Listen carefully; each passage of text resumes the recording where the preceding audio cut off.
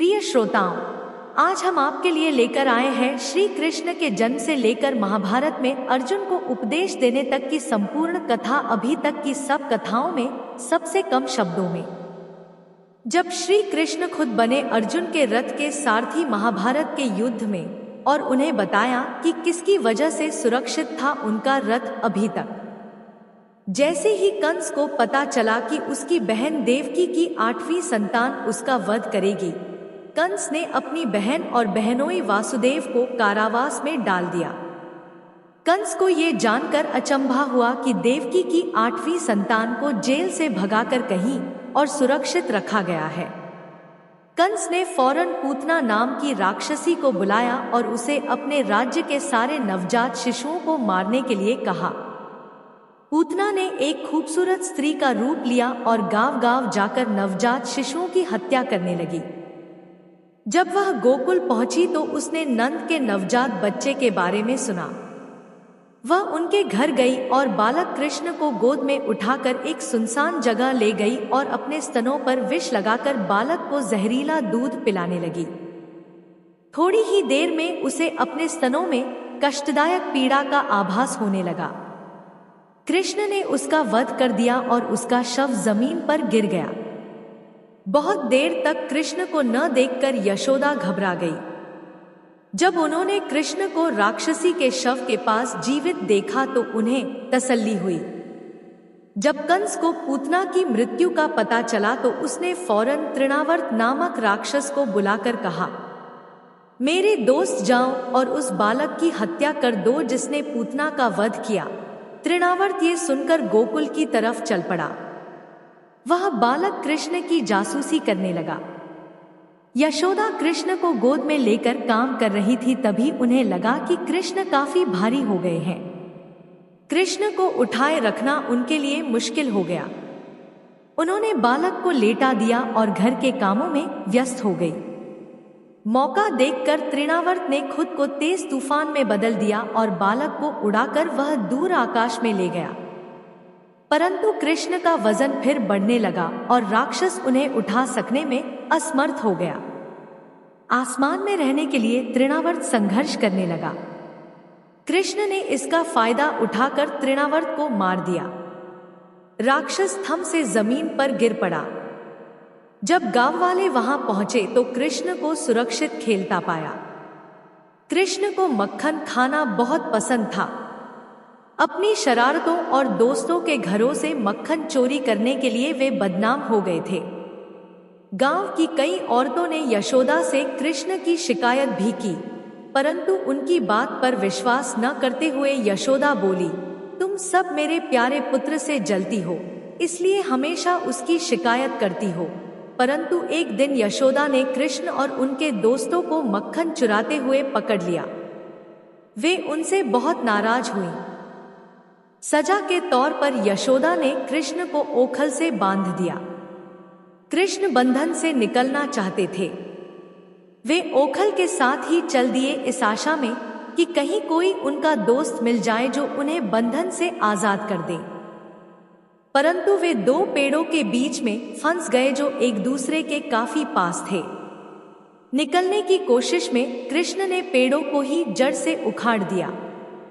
वे दोनों पेड़ नलकूबर और मणिग्रीव नामक दो युवकों में बदल गए जो कुबेर के बेटे थे। श्राप के कारण वे दोनों पेड़ में बदल गए थे। स्वयं को आजाद करके कृष्ण नदी के किनारे खेलने चले गए। कंस ने अघासुर नामक राक्षस को बुलाया। अघासुर पूतना और बकासुर का भाई था। उसने कसम खाई कि वह कृष्ण का वध करके अपने भाई और बहन की मौत का बदला लेगा।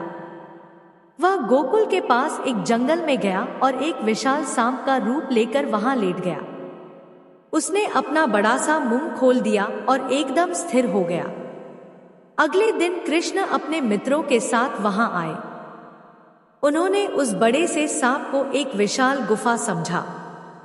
सबने उस विशाल गुफा को भीतर से देखने का निश्चय किया। कृष्ण जानते थे कि उनके मित्रों की जान खतरे में है। वे सबसे अंत में गुफा में गए और अपना आकार बड़ा कर लिया। असुर ने भी अपना मुंह बड़ा किया, पर अंत में वह दर्द से करा उठा। कृष्ण अपना आकार बढ़ाते गए और अघासुर का वध कर दिया। कृष्ण और उनके मित्र सुरक्षित वापस आ गए। कालिया नाग अपने परिवार के साथ यमुना में आया। उसके जहर से यमुना नदी का पानी भी जहरीला हो गया। एक दिन कृष्ण अपने मित्रों के साथ यमुना नदी के पास अपनी गाय चराने आए। गर्मी का दिन था। कुछ गायें नदी की तरफ पानी पीने भागी। पानी पीते ही वे मृत होकर जमीन पर गिर गई। कृष्ण को गुस्सा आ गया और वे अपराधी को खोजने यमुना नदी में कूद पड़े। कृष्ण को देखकर कालिया नाग ने अपने 5 सिरों से उन पर विष फेंका। कृष्ण ने स्वयं को विष से बचाया और कालिया नाग पर मुक्के से वार किया। कृष्ण उसके सिर के ऊपर चढ़ गए और नृत्य करने लगे। कालिया नाग ने कृष्ण के सामने आत्मसमर्पण कर दिया। कृष्ण ने उसे आज्ञा दी, अपने परिवार के साथ इसी वक्त यमुना नदी छोड़कर चले जाओ। गांव वाले कालिया नाग के जाने से बहुत खुश हुए। कृष्ण ने देखा कि सभी वृंदावन इंद्र को खुश करने के लिए यज्ञ की तैयारियां कर रहे हैं। कृष्ण ने अपने पिता से इसका कारण पूछा। नंद ने जवाब दिया, हम इंद्र देव की पूजा करते हैं क्योंकि वे बिजली और वर्षा के देवता हैं। हमारी धरती को हरा भरा रखने के लिए हम उनका आभार व्यक्त करते हैं। कृष्ण अपने पिता से बोले, परंतु पिताजी, हम तो ग्वाले हैं। हमें गाय की पूजा करनी चाहिए जो हमें दूध देती है, और पहाड़ जो हमें चारागाह प्रदान करते हैं। हर कोई कृष्ण की बात से सहमत हो गया। उन्होंने यज्ञ करने के स्थान पर गाय और गोवर्धन पर्वत की पूजा करना प्रारंभ कर दिया। इंद्रदेव को इस बात पर क्रोध आ गया और उन्होंने गांव वालों को सबक सिखाने की सोची। उन्होंने गांव में इतनी भारी वर्षा की कि यमुना नदी में बाढ़ आ गई। कृष्ण ने सबको शांत करते हुए कहा, घबराइए मत, आपने जिनकी पूजा की है वे आपकी रक्षा करेंगे। कृष्ण ने अपनी छोटी अंगुली से गोवर्धन पर्वत को उठा लिया और गांववासी और उनके पशुओं को बारिश से बचाया। इंद्रदेव ने ये देखकर वर्षा बंद कर दी। उन्होंने कृष्ण से अपने व्यवहार के लिए माफी मांगी। कृष्ण और बलराम ने वृंदावन में कंस के भेजे बहुत से दैत्यों का वध किया। जब कंस को समझ आया कि कृष्ण ही देवकी के 8वें बालक हैं, तो उसने उन्हें मथुरा बुलाया। अक्रूर कंस का संदेश लेकर नंद के घर आए और उन्हें कंस की मंशा के बारे में बताया। कृष्ण अक्रूर से बोले, कंस के अत्याचार का अब अंत आ गया है। हम दोनों भाई आपके साथ मथुरा चलेंगे। अपने माता पिता से विदा लेकर कृष्ण और बलराम मथुरा की तरफ चल दिए। कंस ने अपने सबसे ताकतवर पहलवानों को बोला कि वे कृष्ण और बलराम को अखाड़े में पहुंचे एक पागल हाथी से कुचलवा दे। हाथियों ने उन पर हमला किया। कृष्ण कूदकर उसके सिर पर बैठे और प्रहार किया। हाथी मूर्छित होकर गिर पड़ा। जल्द ही मुष्टिक और चाणूर नामक 2 पहलवानों ने उन्हें द्वंद्व के लिए ललकारा। कृष्ण और बलराम ने उनकी चुनौती स्वीकार की और कंस के दोनों सबसे बेहतर पहलवानों को हरा दिया। बलराम और कृष्ण की वीरता को देखकर भीड़ ने खुशी से शोर मचाया। कंस ने सारे पहलवानों को बलराम और कृष्ण पर हमला करने के लिए कहा। सबने एक साथ दोनों पर हमला किया, पर जल्द ही सभी परास्त हो गए। ये देखकर कंस को अपनी मृत्यु निकट आती दिखाई दी। उसने वहां से भागने की कोशिश की, परंतु कृष्ण उसे पकड़कर अखाड़े में ले आए। कंस ने कृष्ण पर हमला किया, परंतु उन्हें हरा नहीं पाया। कृष्ण ने कंस को धक्का देकर जमीन पर गिरा दिया। फिर कृष्ण चिल्लाते हुए बोले, ये तुम्हारे बुरे कर्मों का परिणाम है। अंत में तुम अपने पापों का भुगतान करोगे। कृष्ण कंस के ऊपर चढ़ गए और उसकी छाती पर अपने मुक्के का प्रहार किया। कंस ये वार सह नहीं सका और उसकी मृत्यु हो गई। दुष्ट कंस के वध पर मथुरा वालों ने खुशियां मनाई। कृष्ण ने अपने माता पिता देवकी और वासुदेव को जेल से आजाद किया। इतने वर्षों बाद अपने बेटे से मिलकर दोनों खुश हुए। कृष्ण ने जरासंध को हराया। जरासंध मगध का एक शक्तिशाली राजा और कंस का ससुर था। कंस के वध की खबर सुनकर जरासंध ने कृष्ण और उनके कुटुंब का नाश करने की शपथ ली। उसने एक विशाल सेना लेकर मथुरा पर हमला कर दिया। कृष्ण और बलराम वीरता से लड़े और यादवों की सेना ने जरासंध की सेना को हरा दिया। जरासंध युद्ध के मैदान से भाग गया। उसने फिर से विशाल सेना एकत्र किया और मथुरा पर हमला कर दिया। कृष्ण और बलराम ने इस बार भी जरासंध को हरा दिया। जरासंध भी हठी था। उसने बार बार सेना एकत्र करके 17 बार मथुरा पर आक्रमण किया और हर बार हार का सामना किया। कृष्ण ने देखा कि जरासंध के हमलों के कारण प्रजा परेशान हो रही है। उन्होंने विश्वकर्मा को बुलाकर एक शहर तैयार करने के लिए कहा जो हर तरफ से समुद्र से घिरा हो, ताकि कोई भी सेना वहां आक्रमण नहीं कर सके।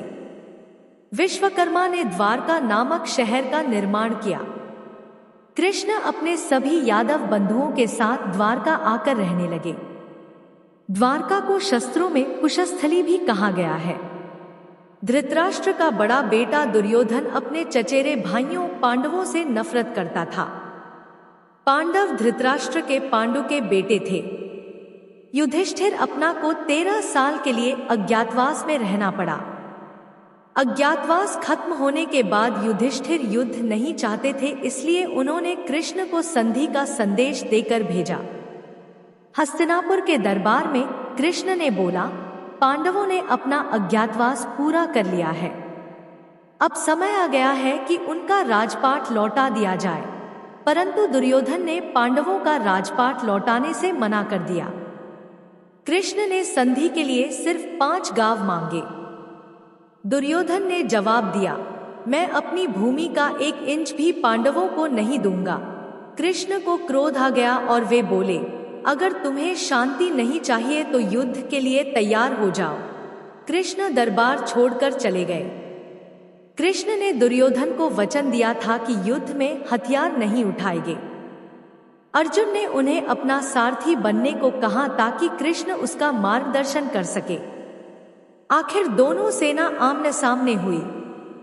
कौरवों की सेना में भीष्म और अपने गुरुओं कृपाचार्य और द्रोणाचार्य को देखा तो अर्जुन कृष्ण से बोले, मैं अपने रिश्तेदारों और गुरुओं से कैसे लड़ूं? राजपाट के लिए मैं उनका वध नहीं कर सकता। कृष्ण अर्जुन की दुविधा समझते हुए बोले, सत्य की राह पर चलने से ज्यादा महत्वपूर्ण कुछ नहीं होता। ये एक योद्धा धर्म होता है कि वह अपने कर्तव्य के लिए लड़े। उसके बाद कृष्ण ने भगवद गीता के श्लोकों के रूप में अर्जुन को जीवन के सत्य से अवगत कराया। उसके बाद कृष्ण अपने अलौकिक रूप में परिवर्तित हो गए, जो सूर्य से भी तेज चमक रहा था। अर्जुन का मत पूर्ण रूप से बदल गया। वो अपने रिश्तेदारों और गुरुओं से लड़ने के लिए तैयार हो गया, जो दुर्योधन के साथ खड़े थे।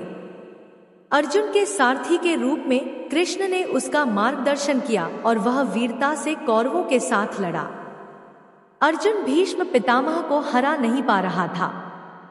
तब कृष्ण ने सुझाव दिया कि उन्हें उनके पास जाकर पूछना चाहिए। भीष्म ने उन दोनों को खुद को हराने का तरीका बताया। अगले दिन अर्जुन ने भीष्म को घायल करके पराजित कर दिया।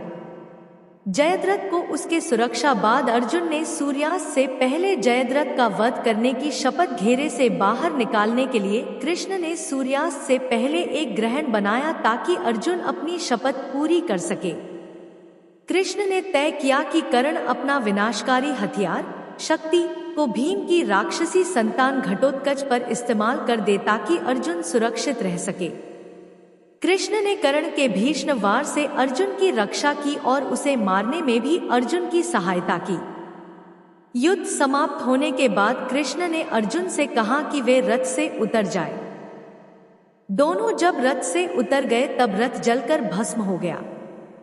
तब कृष्ण ने अर्जुन से कहा, तुम्हारा रथ कर्ण ने बहुत पहले ही नष्ट कर दिया था। ये अब तक सुरक्षित था क्योंकि मैं इसका सारथी था और हनुमान इसकी ध्वजा पर विराजमान थे। कृष्ण और सुदामा बचपन के दोस्त थे और संदीपनी आश्रम में उन्होंने एक साथ अपनी शिक्षा ग्रहण की। आश्रम में वे दोनों बहुत सा समय साथ बिताते थे। आश्रम के बाद वे दोनों एक दूसरे से दूर हो गए। एक तरफ कृष्ण द्वारका के राजा बन गए और दूसरी तरफ सुदामा एक सीधी साधी लड़की से विवाह करके एक गांव में रहने लगे। सुदामा के 2 बच्चे हुए। दुर्भाग्यवश उन्हें गरीबी का सामना करना पड़ा।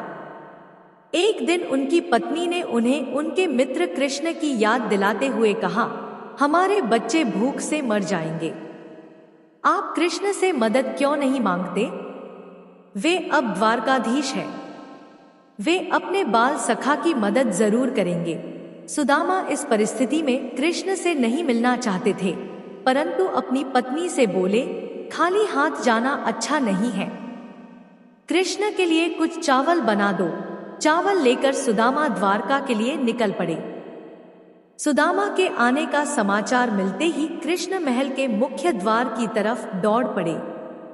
जब कृष्ण ने मैले कुचैले सुदामा को गले लगाया तो सभी सैनिक हैरान रह गए। कृष्ण की आंखों में खुशी के आंसू थे। कृष्ण ने सुदामा को अंदर बुलाया और उन्हें अपनी राजगद्दी पर बैठा दिया। फिर उन्होंने चंदन से अपने मित्र के पांव धोए। कृष्ण ने जब सुदामा के कमर पर उबले चावल की पोटली देखी तो वे चावल लेकर खाने लगे। कृष्ण सुदामा से बोले, मैंने जीवन में कभी इतना स्वादिष्ट कुछ नहीं खाया। कृष्ण से सहायता मांगते वक्त सुदामा थोड़ा झिझक रहे थे। कुछ दिन रहने के बाद सुदामा खाली हाथ वापस अपने घर आ गए। जब वे अपने घर पहुंचे तो झोपड़े की जगह एक महल देखा। उनकी पत्नी ने उनका स्वागत किया। उनकी पत्नी ने महंगे कपड़े पहने हुए थे।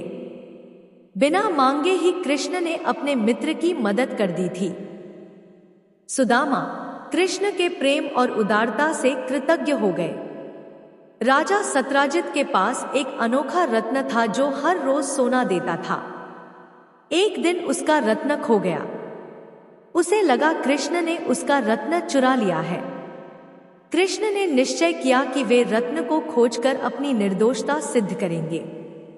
उन्हें पता चला कि सत्राजित का भाई रत्न पहनकर शिकार खेलने जंगल गया और शेर द्वारा मारा गया।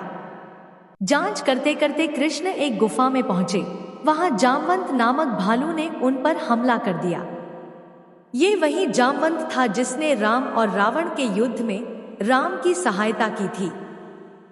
कृष्ण और जामवंत के बीच 28 दिनों तक लड़ाई चलती रही। जामवंत ने एक बार श्री राम से द्वंद्व की इच्छा जताई थी। तब श्री राम ने कहा कि जामवंत को उनके अगले अवतार तक इंतजार करना पड़ेगा। जल्द ही जामवंत को आभास हो गया कि कृष्ण श्री राम के ही अवतार है। जामवंत ने द्वंद्व करना छोड़ दिया। जामवंत ने रत्न भी लौटा दिया और कृष्ण से अपनी पुत्री जामवंती से विवाह करने के लिए कहा। कृष्ण ने जामवंती को पत्नी के रूप में स्वीकार कर लिया। कृष्ण ने जामवंत को मोक्ष का वरदान दिया। फिर उन्होंने राजा सत्राजित को रत्न वापस कर दिया।